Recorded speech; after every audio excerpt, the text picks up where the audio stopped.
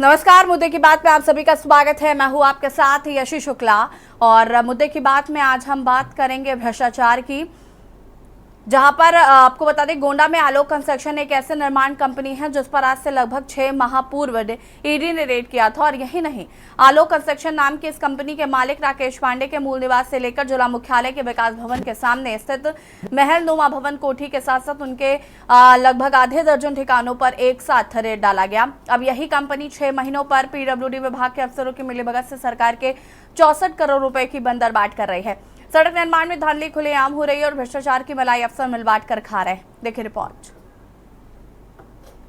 ये मेरी जमीन है, इसमें फसल लगी हुई है और ये लगी फसल हम लोग किसान हैं और ये मेरी लगी हुई फसल पूरी बर्बाद हो गई, पूरा ध्वस्त हो गया।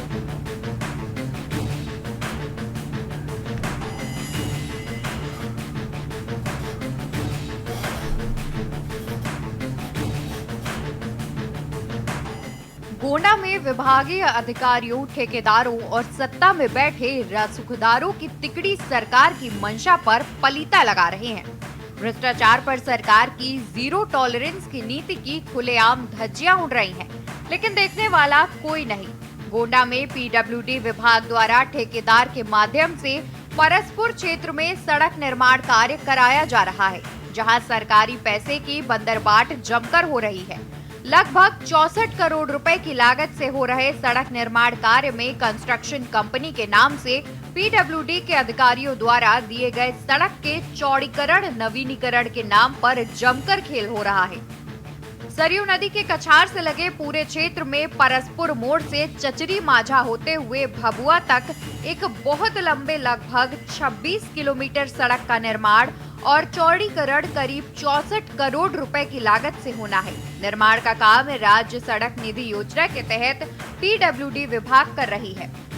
मुख्यमंत्री योगी आदित्यनाथ चाहते हैं कि क्षेत्र की ग्रामीण जनता और मुख्य रूप से किसानों के लिए कनेक्टिविटी की दृष्टि से एक बेहतरीन सुविधा मुहैया कराई जाए, किंतु सत्ता के शीर्ष में रसूख रखने वाले जनपद गोंडा के नेता और उनके चहेते ठेकेदार राकेश पांडे और पीडब्ल्यूडी विभाग के उच्च अधिकारियों की मिलीभगत से पूरे कार्य में बड़े पैमाने की हेराफेरी हो रही है। सड़क निर्माण में केवल मिट्टी पटाई के नाम पर करोड़ों रुपए का बंदरबाट हो गया, जहां मिट्टी कई किलोमीटर दूर से लाकर सड़क पर डालने का एस्टीमेट में नियम है, तो वहीं ठेकेदारों ने सड़क के दोनों तरफ किसानों की लगी फसल के खेत को जेसीबी और पोकलैंड मशीन से खोद डाला और मिट्टी निकालकर सड़क की पटाई कर डाली। खेत से मिट्टी निकाले जाने के बाद सड़क के दोनों तरफ गहरी खाई बन गई है और एस्टीमेट के नियम से मिट्टी खनन का पैसा ठेकेदारों और अधिकारियों के द्वारा डकारा जा रहा है। ठेकेदारों और अफसरों का भ्रष्टाचार किसानों के लिए मौत का सबब बन रहा है। यहाँ पे रोड चौड़ीकरण हो रहा है। हाँ, क्या समस्या है? समस्या यही है कि ये जो ढलान है, ये सामने आपके सामने पुल है, पुल की ढलान है और ढलान पे हमको ना एक पैसा कोई मुआवजा मिला है, ना कुछ भी एक पैसा नहीं मिला। उसके बावजूद ये 500 मीटर पुल के इस पार और 500 मीटर उस पार कोई खोदने का काम नहीं होना था। हमने कहा आप अपने जेई को बुलाइए, जेई यहाँ तक आया नहीं आज तक। इसीलिए जब हम भी नहीं कुछ बोले, हमने कहा काम हो, 2-3 ठेकेदार हैं भैया, हमने कहा काम हो जाने दो, जब यहाँ पे आएंगे तब फिर बोलेंगे। और इतना चौड़ा, इतना लंबा उन्होंने मिट्टी निकाला है कि वो गड्ढा कभी पट नहीं सकता है। सरयू नदी का कछार का एरिया, जिसे बाढ़ क्षेत्र कहते हैं, यहाँ पर हर साल नहर टूटने और नदी के बाढ़ से जल भराव की स्थिति बनती है। जिस तरह से इस सड़क के निर्माण का कार्य हो रहा है, वो भ्रष्टाचार की भेंट चढ़ रहा है। सवाल है, आखिर सड़क निर्माण में किसानों के खेतों की मिट्टी का खनन क्यों? आखिर जिलों में बैठे जिम्मेदारों को भ्रष्टाचार का दीमक कब छोड़ेगा? गोंडा से के न्यूज के लिए मोहसिन खान की रिपोर्ट।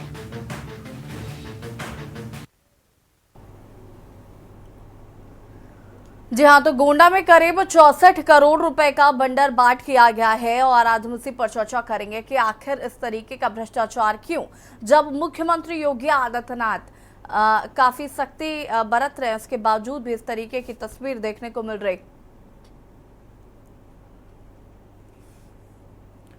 और इसी खबर पर हमारे साथ मोहसिन खान गोंडा से संवाददाता जुड़ चुके हैं। अशोक यादव सपा प्रवक्ता, अमर किशोर कश्यप जो बीजेपी नेता हमारे साथ जुड़ चुके हैं। गोंडा में आलोक कंस्ट्रक्शन एक ऐसी निर्माण कंपनी है जिस पर आज से लगभग 6 माह पूर्व ईडी ने रेड किया था। और यही नहीं, आलोक कंस्ट्रक्शन नाम की इस कंपनी के मालिक राकेश पांडे के मूल निवास से लेकर जिला मुख्यालय के विकास भवन के सामने स्थित महलनुमा भवन कोठी के साथ साथ उनके लगभग आधा दर्जन ठिकानों पर एक साथ रेड डाला गया था। और अब यही कंपनी 6 महीने पर पीडब्ल्यूडी विभाग के अफसरों की मिलीभगत से सरकार के 64 करोड़ रुपए की बंदर बाट कर रही है। हम इसी पर आज चर्चा करेंगे और मेहमान हमारे साथ जुड़ चुके हैं। मोहसिन खान जी, सबसे पहले तो क्या कुछ जानकारी है इस पूरे मामले की?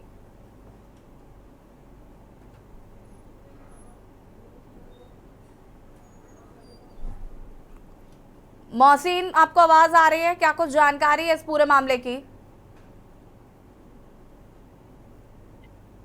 जी बिल्कुल बताना चाहेंगे। गोंडा में विभागीय अधिकारियों के ठेकेदारों द्वारा सत्ता में बैठे मुख्यमंत्री योगी आदित्यनाथ का जिस तरह से सूबे के मुखिया जिस तरह से यहाँ पे जीरो टॉलरेंस की बात कर रहा है, ऐसे में धज्जियां उड़ाए जा रहे हैं पीडब्ल्यूडी के अधिकारियों द्वारा। यहाँ पे जिस तरह से रोड को लेकर कम से कम नहीं तो 65 करोड़ रुपए का लागत से बनते हुए इनका घोटाला किया जा रहा है और वहां पे किसानों की फसल को लेकर वहां पे गड्ढा किया जा रहा है। जी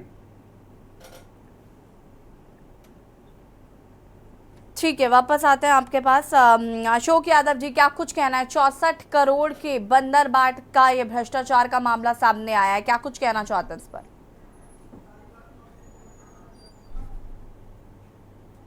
अशोक जी अनम्यूट कीजिएगा।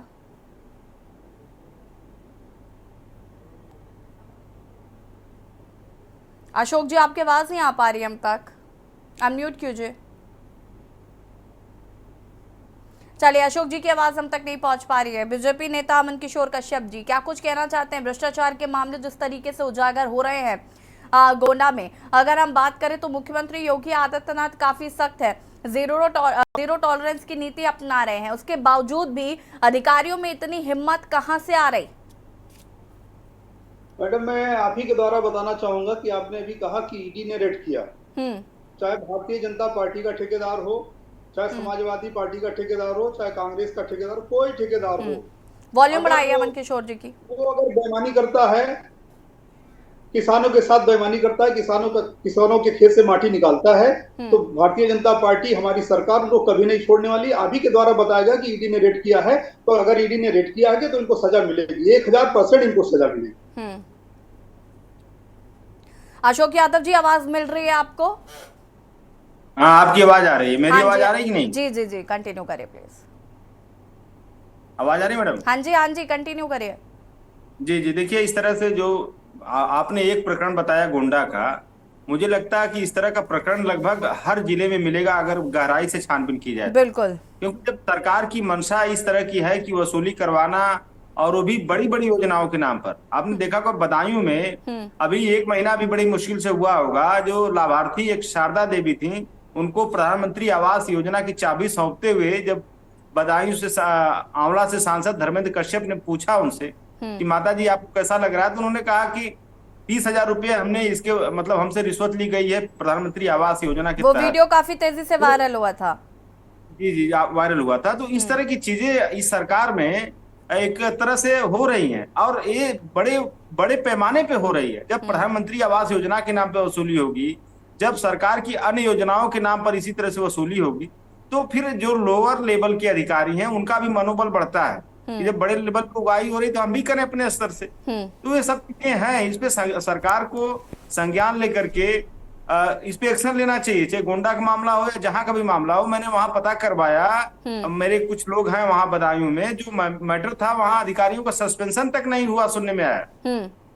जब ऑन कैमरा महिला बोल रही है लाभार्थी किस तरह की घटना है, उस अधिकारियों के ऊपर अगर FIR नहीं होगा, मुकदमे नहीं होंगे, तो लोगों का मनोबल बढ़ेगा इससे। तो कहीं ना कहीं ये सब सरकार की योजनाएं हैं, उन योजनाओं में जिस तरह से वसूली चल रही है, बहुत ही मतलब एक तरह से शोषण हो रहा है लोगों का, और इस शोषण के खिलाफ सरकार कड़ा से कड़ा खाली जीरो टॉलरेंस की बात करती है, लेकिन जीरो टॉलरेंस इनका कहाँ पे है, ये परिलक्षित नहीं हो रहा है ये सब चीजें देखने के बाद। जीरो टॉलरेंस होता, अगर इस तरह की बातें अगर संज्ञान में आ रही हैं और उस पर कड़े से कड़े एक्शन लेते तो किसी का मनोबल नहीं बढ़ता कि दोबारा से ऐसा काम करे। अभी हमारे यहाँ एक जिला है आजमगढ़, आपने देखा होगा, एक मनोज मिश्रा वहां पे डीवाईएस हैं और मनोज श्रीवास्तव बाबू हैं। उन्होंने एक बलिया का किसी स्कूल का मान्यता दिलाने के लिए उनसे 1.5 लाख रुपए मांग रहा था रिश्वत, रंगे हाथ पकड़ाया गया। अभी मुश्किल से 10 दिन की घटना है। तो ये सारी चीजें हर जिले में हो रही वसूली, लेकिन इन जो अधिकारी हैं इनकी क्या सेटिंग है, क्या मिली भगत ऊपर है सरकार में बैठे लोगों के साथ, इनका बाल बांका नहीं हो पा रहा है। ये सारी दिक्कतें हैं इस सरकार के साथ, इस पे सरकार को जवाब देना चाहिए और सरकार के जो नुमाइंदे बैठे हैं इस पे इनको जवाब देना चाहिए। हाँ ठीक है। अमन जी क्या कुछ कहना चाहते हैं भाई? बड़े आरोप लग रहे हैं और ये कहा जा रहा है कि आखिर इस तरीके की जो तस्वीर है ये सिर्फ हम आपको सिर्फ गोंडा की खबर बता रहे हैं क्योंकि ये ताज़ा मामला है, लेकिन इस तरीके के मामलों की कमी नहीं है हमारे जिले में, हमारे प्रदेश में। प्रदेश की बात नहीं, मैं तो गोंडे की बात करूंगा। आज इससे पहले आप चली जाइए, पीछे समाजवादी पार्टी की सरकार थी, हमारे इस गोंडा से स्वर्गीय विनोद कुमार और पंडित सिंह यहाँ मंत्री हुआ करते थे। इन्हीं सपा वालों ने जोतवा के, केवल रोड को जोतवा के पेमेंट ले लिया है। आज तो काम हो रहे हैं, काम में 19-20 अगर होगा तो उनको सजा मिलेगी, लेकिन इन समाजवादी पार्टी के लोगों ने केवल ट्रैक्टर चलाया, उसको लेबल करा दिया और पेमेंट लिया है। उस समय की मैं बात करता हूँ 14 से पहले की। ठीक है, देखिए सपा प्रवक्ता कह रहे हैं कि आपकी सरकार में ऐसे घोटाले ज्यादा होने लगे हैं। आप जीरो टॉलरेंस की बात करते हैं, लेकिन आप कोशिश करते हैं कि जो समाजवादी पार्टी की तरफ से लोग आते हैं उन पर कार्रवाई होती है, या फिर अन्य राजनीतिक दलों, एक सेकंड रुकिए, अन्य राजनीतिक दलों से आपकी अगर बात अमन जी रुकिए जरा, अन्य राजनीतिक दलों के मामले आते हैं तो उन पर कार्रवाई होती है, लेकिन जो आपसे जुड़े या आपकी पार्टी से जुड़े लोग होते हैं उनको सजा नहीं मिलती है, ऐसा है क्या? मेरे पार्टी से कौन जुड़ा है? ठेकेदार मेरे पार्टी से जुड़े होते हैं। ठेकेदार मेरे पार्टी में मेरे सदस्य हैं और ना हमारे कोई पदाधिकारी। ठेकेदार होता है समाजवादी पार्टी की आती है, समाजवादी पार्टी के साथ रहते हैं, सपा आती है, बसपा आती है, बसपा के साथ रहते हैं, भाजपा आती है, भाजपा के साथ रहते हैं। उनको तो अपना धंधा चलाना रहता है, वो किसी पार्टी के नहीं होते। उनका काम होता है कि पैसा देना और काम लेना। काम लेते हैं तो काम करते हैं, 19-20 अगर करते हैं तो हमारी सरकार किसी को नहीं बख्शती। अभी 2 दिन पहले अस्पताल में एक लोग रंगे हाथ पकड़े गए हैं और जेल चले गए, उनकी नौकरी जाने की नौबत आ गई है, वो बचेंगे नहीं। भाजपा की सरकार में किसी को बख्शा नहीं जाएगा। जो घूस लेते हुए पकड़ा जाएगा, जो बेईमानी करते हुए पकड़ा जाएगा, उनको बख्शा नहीं जाएगा। चलिए ठीक है। मोहसिन जी, क्या ऐसे मामले और गोंडा में देखने को मिल रहे हैं और इन पर लगाम लगाने के लिए जो अफसर हैं वो क्या कर रहे हैं? जी बिल्कुल बताना चाहेंगे, जिस तरह से सत्ता में बैठे हुआ ठेकेदारों से मिली भगत से जिस तरह से रोड के निर्माण को लेकर पूरी तरह से यहाँ पे चौक प्रबंध नहीं कराने के चक्कर में पूरी रोड को खराब कर दिया जा रहा है और मिट्टी से वहां पे पूरे खुदाई करके किसानों की फसल बर्बाद कर दिया जाता है। ऐसे में कई ऐसे रोड हैं जो अभी हाल ही में चली रहे हैं, लेकिन अभी निर्माण ठीक से नहीं हो पा रहा है। जी ठीक है। अशोक जी, अभी यहाँ पर आपने अमन जी को सुना है, काफी बातें उन्होंने कही, क्या कुछ कहना चाहते हैं उस पर?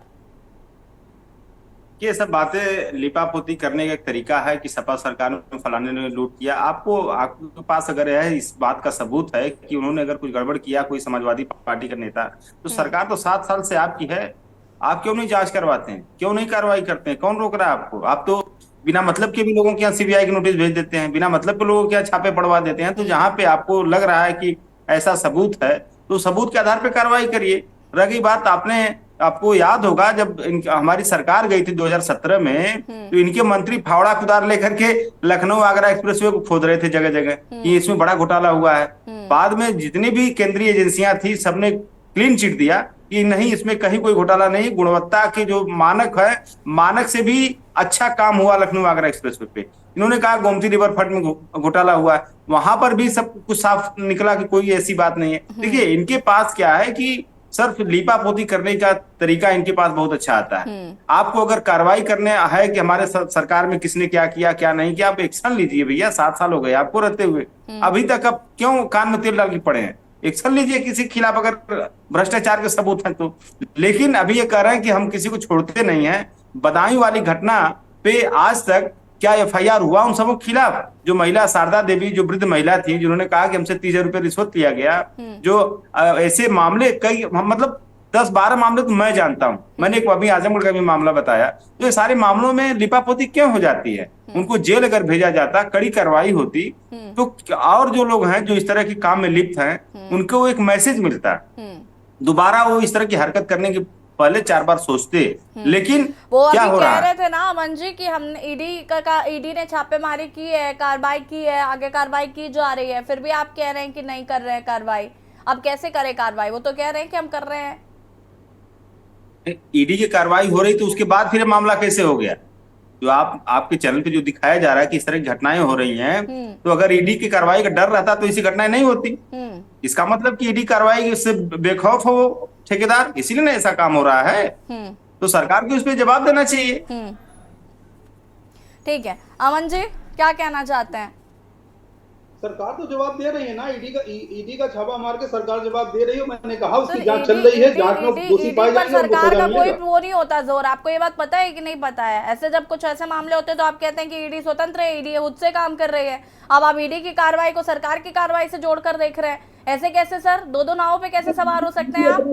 सरकार अपना काम कर रही है, सरकार के पास जो रिपोर्ट अमन जी आएगी, देखिए, आप सरकार बहुत को देर से ना एक ही बात का जवाब दे रहे हैं कि सरकार अपना काम कर रही है, सरकार अपना काम कर रही है। सरकार कौन सा काम कर रही है जिसकी वजह से ये सारे काम हो रहे हैं? आप मुझे ये भी तो बताइए। सरकार तो काम कर रही है, मैं मानती हूँ मुख्यमंत्री योगी आदित्यनाथ जी की मंशा बहुत साफ है, लेकिन आपके ये जो माफ कीजिएगा, अफसर जो है ये जो भ्रष्टाचार कर रहे हैं, पैसा ले लेकर ये मिट्टी खुदवा रहे हैं, ये अपना काम करवा रहे हैं, इस तरीके से कैसे चलेगा? अगर अधिकारी पैसा लेकर के मिट्टी खुदवा रहे हैं तो मैंने बताया ना कि उसकी जांच चल रही है। अमन जी बात ये नहीं है कि अब जांच चल रही है, काम हो रहा है, बात तो ये है ना कि ऐसे मामलों पर लगाम क्यों नहीं लग पाई? लगाम लगेगा, बिल्कुल लगेगा लगाम। भारतीय जनता पार्टी की सरकार है, लगाम लगेगा। आपने प्रदेश में पूरे देखा है कि गुंडा राज खत्म हुआ, बेईमानों का राज खत्म हुआ। हमने जितने भी पैसे जाने हैं, जिसके खाते में जाने, सबको हमने सीधे डीबीटी के माध्यम से उनके खाते में डालने का प्रयास किया कि बेईमानी बंद हो जाए। तो ये बेईमानी बंद करने के लिए माननीय मोदी जी, माननीय योगी जी बैठे हैं, और सबको प्रयास यही है कि सबको जो भी गलत करेगा उसको बख्शा नहीं जाएगा, किसी भी कीमत पे नहीं छोड़ेंगे। अमन देखिए, एक सीधे बात समझिए, हमें समस्या शासन से नहीं है, हमें समस्या प्रशासन से है। शासन की मंशा साफ है, 2 बैठे व्यक्ति या 3 डिप्टी सीएम दोनों मिला लें और सीएम को मिला लें, उनकी मंशा बहुत साफ है, वो बहुत काम कर रहे हैं। लेकिन ये जो अफसर नियुक्त किए जाते हैं जगह जगह पर, ये इसीलिए किए जाते हैं ना क्योंकि मुख्यमंत्री हर जगह नहीं पहुंच सकते। अगर यही अपना काम नहीं करेंगे, यही नहीं सुनवाई करेंगे, आपने अभी कहा गुंडा राज खत्म कर दिया हमने, कितने मामले आए दिन हमें देखने को मिलते हैं सिर्फ प्रशासन की लापरवाही की वजह से। प्रशासन क्योंकि अपना काम नहीं कर रहा, उसको कोई फर्क नहीं पड़ता। और आपने जैसे भी कहा ना कि ठेकेदार किसी की भी सरकार हो, उनके ठेकेदार होते हैं, हमारी है तो हमारे हैं, सपा की होगी तो सपा के होंगे, तो प्रशासन का भी तो वही हाल है। नहीं कहा कि हमारे हैं तो हमारे हैं, वो उनके साथ चले जाते हैं, हमारे में नहीं है। हमारे में इस मतलब भाजपा के नहीं है, उनका काम है धंधा करना, वो जाके धंधा अपना करते हैं। अशोक यादव जी, गुंडा राज खत्म हो गया है कागजों पर। देखिए ऐसा है, अभी ये बोल रहे थे गुंडा राज खत्म हो गया। आपको याद होगा सुल्तानपुर वाली घटना घटे हुए साल भर हुआ होगा मुश्किल से। जो भारतीय जनता युवा मोर्चा के जो जिलाध्यक्ष थे जगत नारायण सिंह, उनका लड़का वहां पे डॉक्टर घनश्याम तिवारी एक थे, और क्या उसमें लेन देन था, पैसे का वसूली का जो मैटर था, उनको कितना बेदर्दी से मारा और मार के उनके पैरों में ड्रिल किया और उनको अधमरा करके टेम्पो बिठा के उनके घर भिजवा दिया और बेचारे मर गए। और हुआ क्या अल्टीमेटली कि उसका एक छोटी सी ऑफिस थी, वो गिरा करके ये दिखाया गया कि बुलडोजर चल गया। समझ रही, छोटा सा ऑफिस था, बिल्कुल छोटा सा 10 बाई 10 का ऑफिस लमसम था। तो ये सारी चीजें अगर आपका मंशा है कि कोई जात विशेष का माफिया है, उसको संरक्षण देना है, तो कैसे इससे गुंडाराज खत्म नहीं हो सकता? हाँ, गुंडाओं का भाजपाईकरण हो सकता है, वो अलग बात है, लेकिन गुंडाराज खत्म करने के लिए आपको अनबायस्ड वे में कार्रवाई करनी पड़ेगी। इस तरह से नहीं कि वो फला जात का माफिया तो उसको बचा लो, वो फला जात का माफिया तो उसका घर गिरा दो। ऐसे कैसे होता है? सरकार के लिए सारे माफिया एक समान होते हैं। सरकार के लिए कोई माफियाओं में कैटेगराइजेशन नहीं हो सकता, क्लासिफिकेशन ऑफ माफिया के कैसे होता है? इस सरकार में लोगों ने देखा है इस सब चीजें। तो ये सब चीजें कहने भर की हैं, माफिया खत्म हो गए, गुंडे खत्म हो गए, फलाने खत्म हो गए। आज अगर आंकड़े उठा के देखा जाए तो इसी सरकार में एनसीआरबी का आंकड़ा आपको याद होगा, गैंगरेप में उत्तर प्रदेश नंबर 1 है और दलितों के शोषण में उत्तर प्रदेश नंबर 1 है। तो ये सारी चीजें अभी भी हैं। अब कहने के लिए भाई टीवी बैठ के कुछ भी आदमी बोल जाए वो अलग बात है, लेकिन अगर तथ्यात्मक बात किया जाए तो तथ्य कुछ और कहते हैं, इनके बयान कुछ और कहते हैं। ठीक है।